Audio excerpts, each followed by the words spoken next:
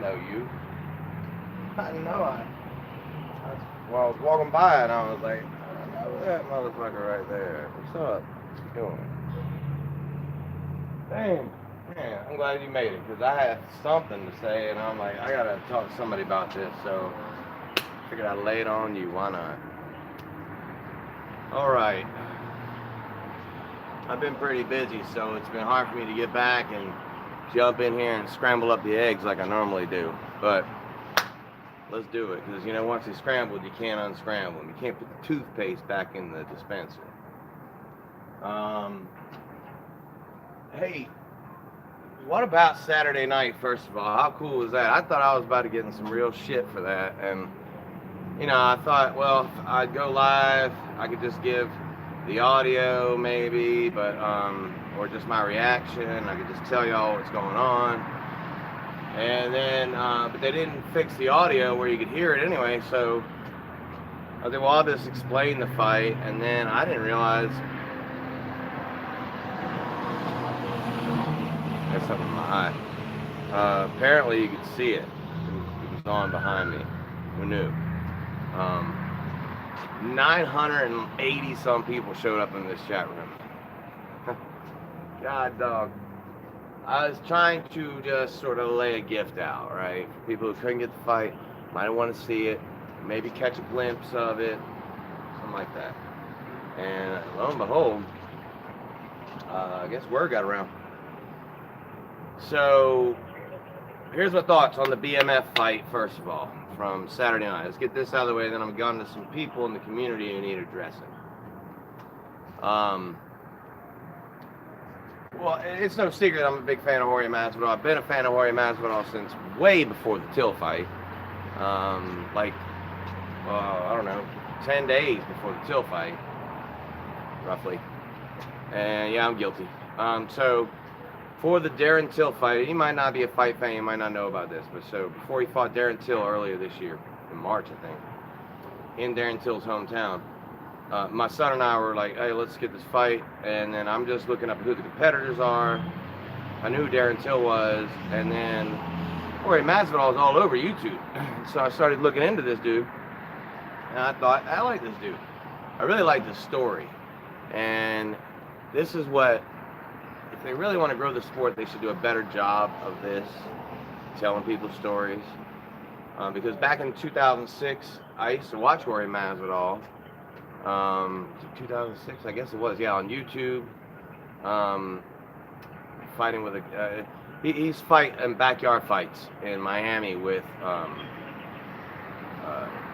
shit, what's his name? Now I can't forget the dude's name.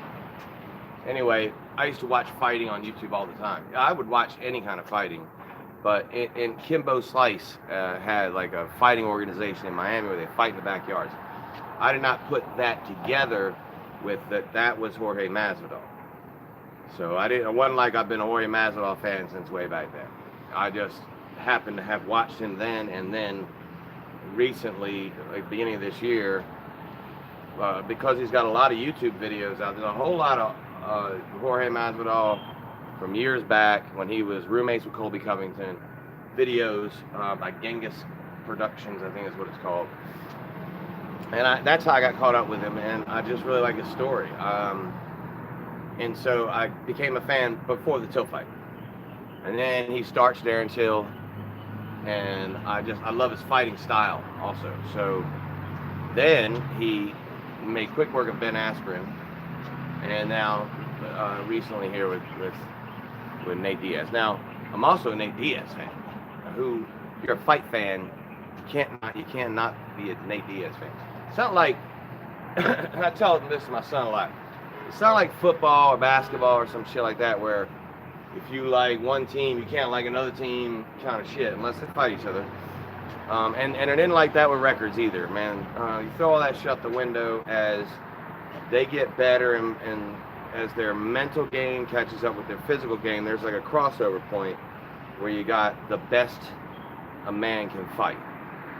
So before he gets too old, and but after he's after he goes through his dumb period. So that can happen, anywhere from 27 to 37 roughly, and then even narrower. So for Jorge, it's now. And man, what a wave he's on. Before this, he had taken a year off and was on like a reality show and spent time like just with no cell phone, none of this shit, just out in the middle of nowhere. It was all for the reality show. But because of that, and because he was being paid to do it, he actually he took a long look at himself and wanted to change the way he approached fighting.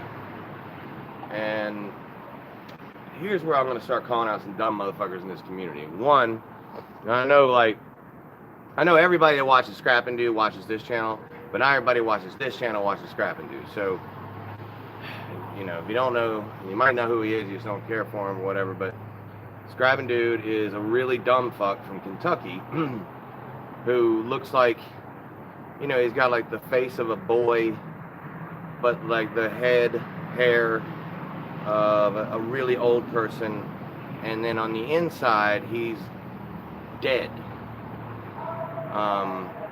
And he's also, you know, he's got them all covered. He's having brand new children. He's dead on the inside.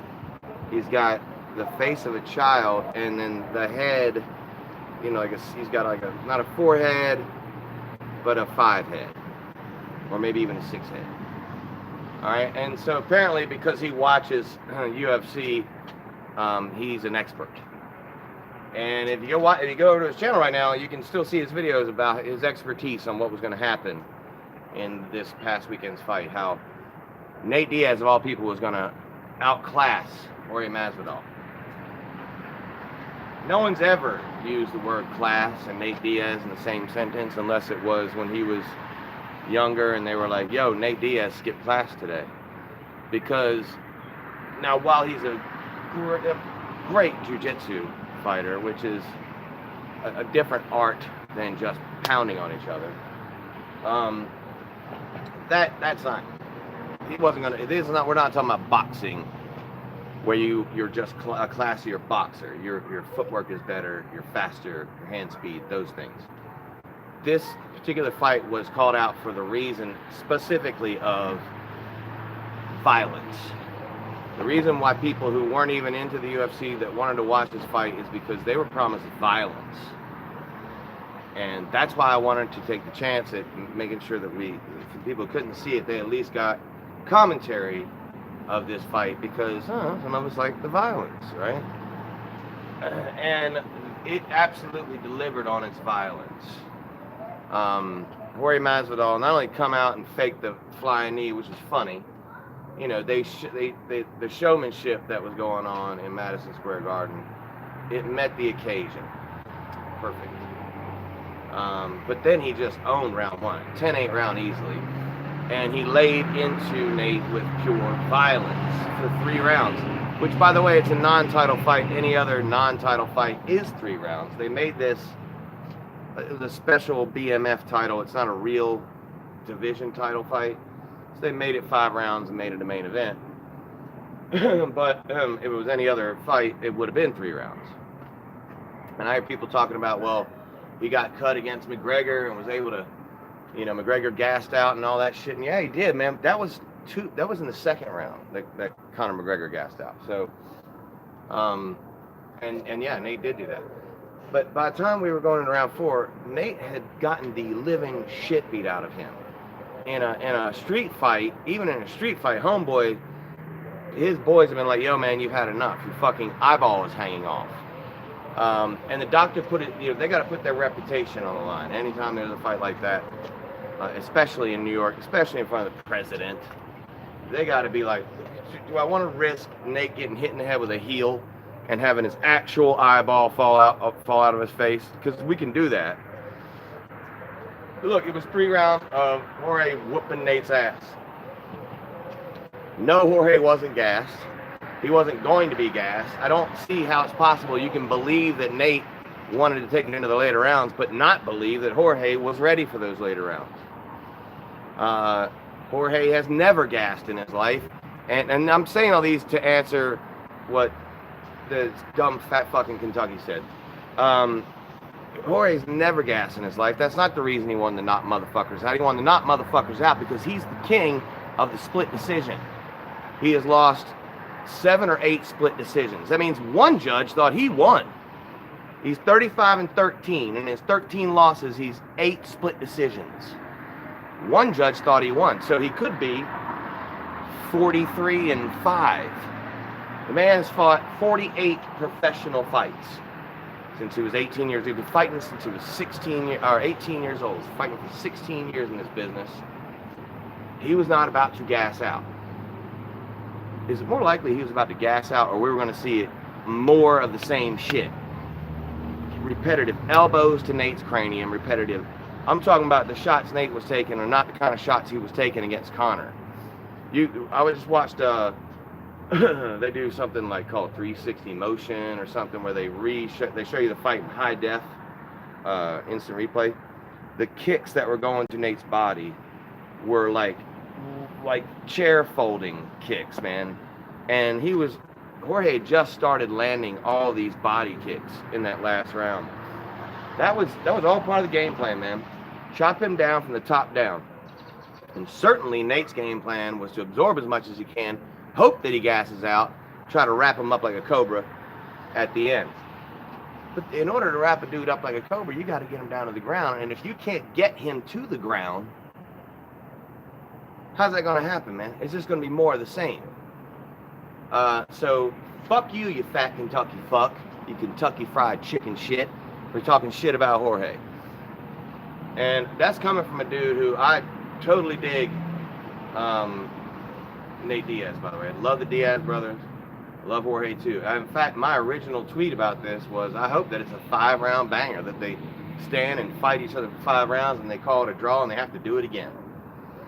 That was originally, but as the fight grew closer, I really just wanted Jorge this was his opportunity. I felt, man, anytime a man can go get him a piece of that fucking American dream, I'm always pulling for it, man. I don't ever wish for anybody in life at all who can grab a nice big fat slice of the pie. I never wish against them. That's just me.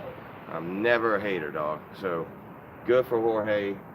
Now he's got a nice fat fucking check and he can start to think about, he can actually make the fights he wants to have now and wrap his career up the way he wants to. Man, he'll have done it right. He'll be able to, his children will have good lives. He has paved the way, and good for him, man. Good on the UFC for letting Nate kind of control this. It was all Nate's idea. And man, and by the way, yeah, where was the whole, he didn't wait for Anthony Pettis to gas out. He whooped Anthony Pettis' ass his last fight from ding ding to ding dung. From the beginning of the fight to the end of the fight, Nate Diaz was on top of Pettis whooping his ass. So it's just, what I'm saying is, man, Nate was in over his head in this fight. Now, apparently he'd hurt his leg. He had some knee issues, couldn't run. He said in his own post-fight press conference that he himself didn't know if he had his own normal gas tank because he wasn't able to run like he normally runs in preparation. So, fuck all that from the Kentucky Fried Stupid fuck. Jorge Masvidal did plenty. He did plenty. And I hope those of you who weren't able to get the fight and were able to check it out on here, I hope you liked it. That was pretty cool that night, man. Me and my son got to go out and do that. It's been pretty fucking awesome, actually. I've now, we went out and saw the Ben Askren fight too. Man, it's been great going out and doing some of these things and doing that sober, like not like old days, not having a drink at all. It's different, man. And my son was a little embarrassed because I'm a little loud, I know that Jorge can't actually hear me. I know that, but just because I know that doesn't mean I'm not going to scream loud, way louder than people should expect a grown-ass man to be screaming at a television that's not mine in the bar at a restaurant. So I did that. I yelled and screamed at the television, thinking, in the moment, I thought perhaps Jorge could hear me. And what I was yelling was, don't get down there on the ground with that dude. And Jorge wasn't. Jorge was conserving energy, as a matter of fact. He wasn't getting down on the ground with that dude. He just stayed on top of him, pegged him a couple times, stepped back, controlled his leg, got over him again, hit him a couple more times, stayed back, controlled his leg. And then, and Jorge didn't want it to go down like this, and after the fight was over, Jorge offered a rematch. They can't have that right away because Nate's going to have plastic surgery now. So that's what happens when Jorge says he wants to rearrange your face. He did a little bit of rearranging. The doctor could see his skull through the cut, and apparently that's not a good thing. And there was only a cut above his eyes, a big cut under his eye too. Both cuts you could see bone in. So those are some bad cuts. Nate didn't take anything away from Jorge. He absolutely knows that Jorge came to fucking fight. Dude's name is Game Bread for a reason. So enough of that. Enough of all that. Jorge Masvidal absolutely won that fight. You could have fought that fight for 65 rounds, and it would have been the same fucking fight. That doesn't mean that a year from now, Jorge's when Nate's ready to go again, if they fight that, run that damn thing back, that it won't be different. Jorge might be going out there getting fat on the, living life all large for a little while, and Nate might want that rematch, and he might be fucking training real hard and have his eyes on the prize. I personally feel like Jorge will win that fight again if they do run it back, but that I don't know. I know that on that Saturday night, Jorge Masvidal came to beat somebody's ass, and the dude that showed up was Nate Diaz, and he got that ass whooping. So, and that was a clear, concise ass whooping. No arguing about that shit. If you'd have saw that at the schoolyard, you'd been like, damn, that dude beat that dude's ass. Clearly, concisely, no arguing. None to be had. So there. That's all good. Now, other things. From what I can tell, just looking around, Cadillac Sam lost his mind. Is that what happened? Did he totally lose his mind? Is he done for good now? Off of here, because yesterday when I was leaving here, there was a green Toyota Sienna. I think is what it is. This beat up ugly green Toyota Sienna was in the parking lot. I thought that I saw people leaving from it. A couple of dudes, obviously weren't Sam. And it had Wisconsin plates. And so I don't think that he has Wisconsin plates. I've never seen the plates. But if Sam is around and that's what he's trying to do, I don't know. I looked at his channel yesterday. I just got off work here, so I haven't looked at his channel today. I don't know if he's, trying to meet up, trying to hook up, but we are relatively close to the Speedway, which is where I told Sam if he's going to show up around here, he needs to meet me at the Speedway or around by the Speedway, which is where we are, and not show up at the house, because it shows the house is not going to go so well. So, I don't know. I'm going to read comments later. I can see them right now. I am just not going to get into them right now. I'm tired. I listen to old scrapping dudes bullshit, and I'm like, God, man, this guy. I'm very, very happy though to hear you lost $250, man. That fills me with joy. I'm filled with all the joy in the world to hear that you lost $250 betting on Nate Diaz. Thank you. I don't know. I never prayed for that or asked for that, but that's like an early Christmas present to hear that you lost money betting against Jorge Masvidal. That's awesome. And 900 and some people in this chat room. I don't know how the hell they heard or how that got it. I don't know how the word got out to that many people in such a short amount of time. But that was pretty cool, and I didn't get any I think there was 8 more subscribers on my channel afterwards, so there's no new people. Nobody who hopped in to catch what was going on in the fight is new to our community now. None of that shit happened, so, and I didn't expect it to. I really didn't think that there would be 900 and some people. I thought maybe 100 people might show up to see, the normal amount of people might show up to see if they could see some of the fight. Our people, that's what I thought might happen. And Addict Brats is the one who taught me into it. I was really just going to lay the phone down like I did last time, but this time leave audio on, because last time I watched that video back, the Ben Askren fight, and you really can't tell at all what's going on. So I thought if I left audio on, I could talk over it. Another thing that Kentucky Fried stupid fuck said was that the Ben Askren win was lucky. Man, you know what? You might be right. Maybe it was lucky. But hard work makes you a little luckier, doesn't it? And they released a video of them training that exact fucking thing, that flying knee, after the fight. So he trained that flying knee and then duped him into it with his, like, you know, hands behind the back, like, all right, dude, that's not luck, though. That's skill. And he would have tapped that boy up too. How about giving him credit for Darren Till had one loss. Darren Till had one loss, 17-1 when he fought him. Ben Askren had no losses when he fought him. I think he was 19-0. So combined 36-1. He beat both those dudes. And then he just handed it down to the 209. Stockton Slapper. Yeah, I know, you know, a lot of people here ain't into all that shit, but I loves me some fights. Speaking of, YouTube's got a massive fight this week. Logan Paul and KSI will rematch this week. I watched the first fight. I thought Logan Paul won that fight. At least in my mind, he did everything he could to squeak out a win, while KSI did everything he could to possibly get a tie. And I don't know.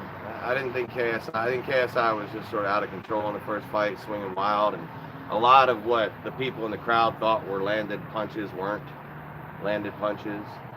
He was hitting him with like his forearm, and just he was wild, man. Logan gassed himself in that fight. So first time Logan ever got into a ring too. So now he's got a year plus under his belt of actual boxing training.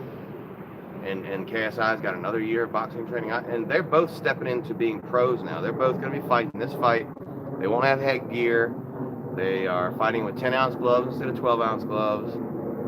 And they are headlining an all boxers card. So everybody under Logan Paul and KSI, two YouTubers, are actual boxers. The fight right before them, you know, they're the main event. The fight right before them is an actual championship fight for a real belt. So that's happening on DAZN this weekend, Saturday the 9th. So if you're into fighting, into that kind of shit, into YouTube, and YouTube scrapping is going to be happening. I didn't mean to say scrapping. YouTube fighting will be happening this Saturday night. And so it makes me want to make a call out. I want to call out somebody and let's get our own fucking YouTube fight. We talk about it all the time, like we might do it. We should really do it. And fuck charity, we should do it and make some real money off of it. I don't know how, you know, probably won't generate enough interest. But maybe, if we got into a fight and behind us we had like UFC 245 playing, we could get a lot of people to watch. We could get like 1,000 people to show up watch. As long as we got an actual event playing behind us. That might work. That's what I'm going to try to do. Let's see if we can schedule an actual fight. Maybe me and Scrap and Do, since we're close to each other, we can have us a real fight and run it right here in front of y'all live. The day of UFC 245, which I think is December 14th.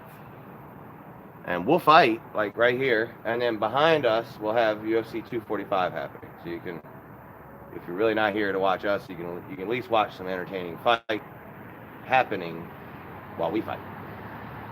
Because we will get gassed in what would be the first round, or first minute, as I like to call that. Probably the first 30, 40 seconds. Probably we'll get gassed talking shit to each other. But still, I'd like to do it.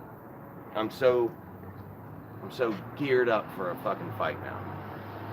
I could have definitely fought 20, 30 seconds that night. I had so much adrenaline running through me. My feet didn't even hurt.